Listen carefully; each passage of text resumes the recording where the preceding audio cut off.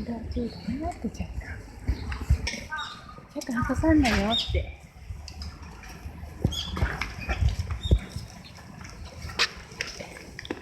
ちゃくん鳩さん見える？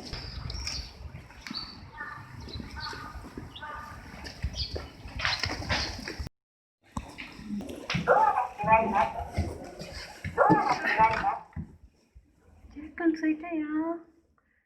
お家だよ。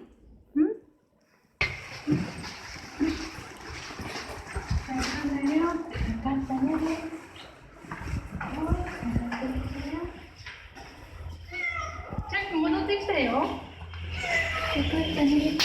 ね。お家だよ。いつものお家だよ。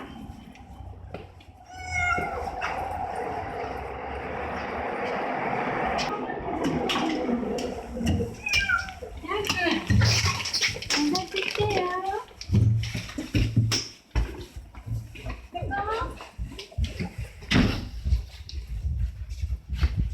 頑張ったよって。ジャックン頑張りましたって。ジャックン。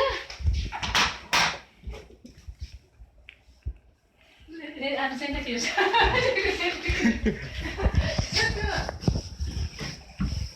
濯機の下行った？